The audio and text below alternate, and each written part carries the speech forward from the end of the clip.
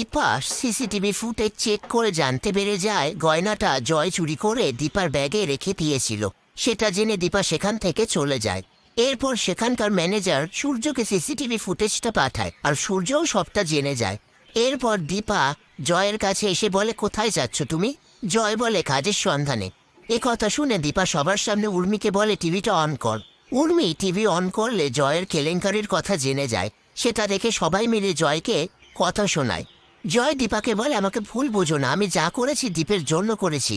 গুন্ডাগুলো আমাকে ভয় দেখিয়েছিল, আমি টাকা না দিলে ওরা দীপকে তুলে নিয়ে যাবে বলেছিল। আর প্রতীককে বলে, তুমি তো সবটা জানো, তুমি বৌদিদিকে বোঝাও না।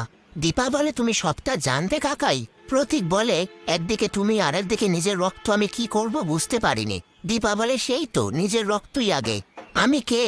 আর সবার সামনে বলে, জয়কে থানায় যেতেই হবে, আমি বিনা অপরাধে চুরির দায় নিতে পারবো না। এই বলে সেখান থেকে চলে যায়। ওদিকে হসপিটালে চারু সূর্যকে বলে, তুমি আমায় বিয়ে করবে তো, যেরকম আমার বাবা মা চেয়েছিল? এ কথাটার কোনো উত্তর না দিয়ে সূর্য বাইরে আসলে দীপা সূর্যকে ফোন করে বলে, আমার বেল করানোর জন্য ধন্যবাদ, তবে আপনি ভিডিওটা দেখেছেন তো? সেনগুপ্ত পরিবারের জন্য আমি চোরের তকমা নিয়ে ঘুরে বেড়াতে পারবো না। এই বলে ফোনটা রেখে দিয়ে কাঁদতে থাকলে তখনই সাক্ষ্যদীপ বাবু এসে বলেন, নিজের আপনজন বিশ্বাসঘাতকতা করেছে তাই না? আপনি চলুন আমার সাথে। এই বলে রেস্টুরেন্টে আসে। ঠিক তখনই সাক্ষ্যদীপ বাবুকে ডক্টর ফোন করে।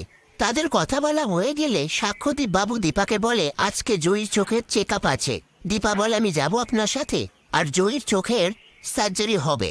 সাক্ষ্যদীপ বাবু বলে, আপনি এত ভাবেন আমার জন্য? দীপা বলে, আমার তোমার বলে কিছু নেই, আমার কাছে আপন পর সব গুলিয়ে গেছে, আমি শুধু জানি আমাকে কি করতে হবে ব্যাস।